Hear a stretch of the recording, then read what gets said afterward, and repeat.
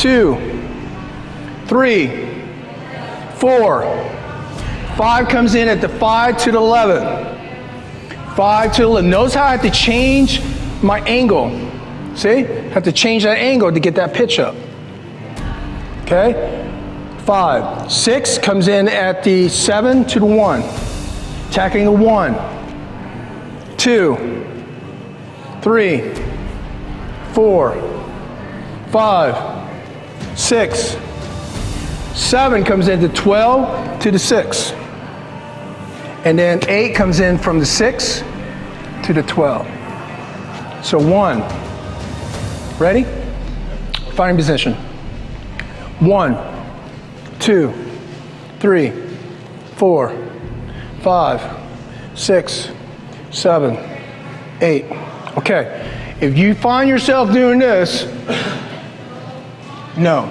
Relax the shoulders and let the blade flow in your body. 1, 2, 3, 4, 5, 6, 7, 8, 1. Okay, let's start over. Ready? 1, 2, 3, 4, 5, 6, 7, 8. There was once a monk, and he asked a shogun, a samurai, he said, what is universal to make you effective on the way of the blade? He said, everything is universal. Life is universal. He goes, what I find is when you're a great painter, right? Like back then they used to do a lot of calligraphy, right?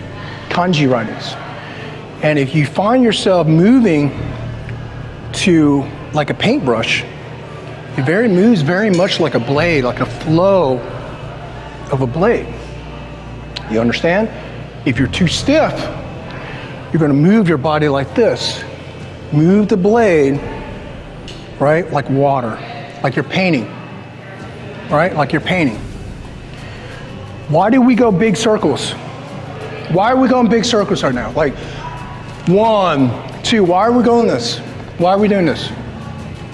That's the fastest way to learn. Because if we're in a real fight, it's not that wide of an angle. If we're in a real fight, and this is his hands, that 8 pattern then goes into the target area. So 1, 2, 3, 4, 5, 6, 7, 8, right?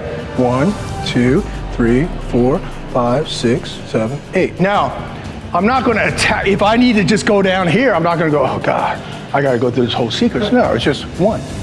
If I need to attack at angle 2, 2. If I need to attack at angle 2, 2. You see what I'm saying? So if you understand the angles of attack, then you can kind of combine that with what? Hobad, footwork, jiu-jitsu, Muay Thai. You see? Because you're able to step away with your forms and styles for a couple hours and let me influence you. Now you can take these teachings with undisturbed eyes, unjudging eyes, and then you can implement that into your forms and style.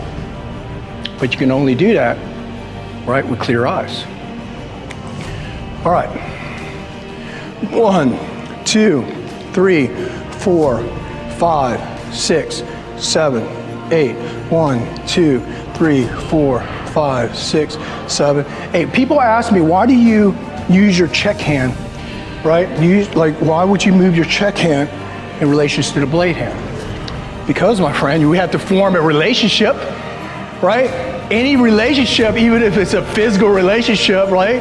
You have to communicate, right? So the communication is between the blade and the check hand. If you don't know how to communicate, then you need to understand timing, because the check hand is what's going to clear the path of the blade for you to stick that blade in. And how would you do that?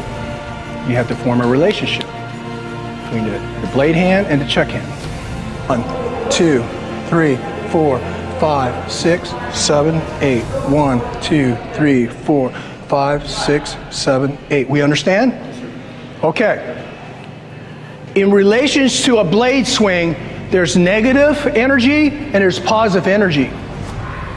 Positive energy is on the positive side of the swing. And then once I pass the target, then it goes into negative energy. We call that deceleration, right? Because is the blade worthless here? It passed through my target. Is it worthless in this space here? So I'm going to have to decelerate, and I'm going to have to change that pitch again. So this energy is called negative energy. And then you have your positive energy. Make sense? So you want to hit the target where?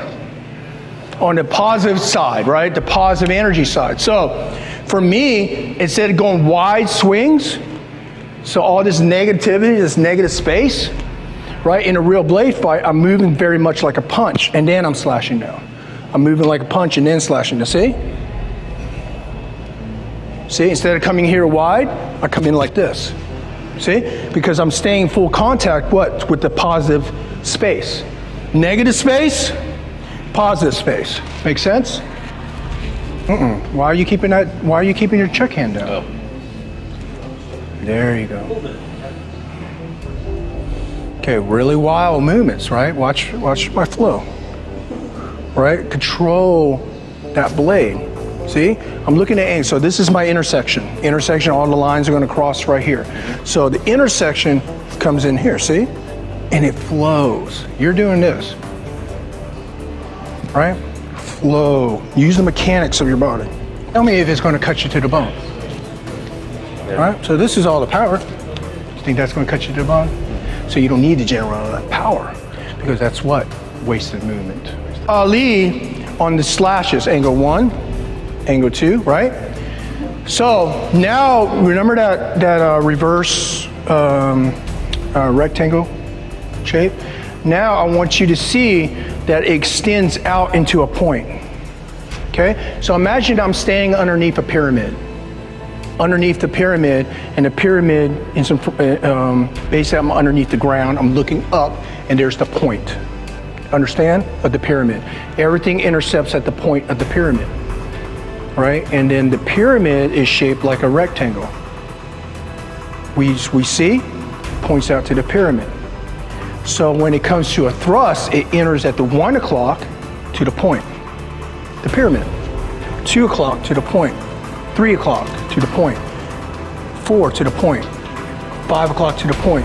It comes in at the 7 to the point, comes in at the 12 to the point, and 6 to the point. We see this. Now I'm entering 1 to the point, 1 o'clock to the point. I'm entering at 11 to the point, right? I'm entering at 3 o'clock to the point. I'm entering at 9 o'clock to the point. I'm entering at 5 o'clock to the point. I'm entering at 7 o'clock to the point. I'm entering at 12 o'clock to the point. I'm entering at 6 o'clock to the point. We understand this. Ready, attack angle 1, 2, 3, 4, 5, 6, 7, 8. 1, 2, 3, 4, 5, 6, 7, 8. It makes sense? Okay. Now, remember to slash.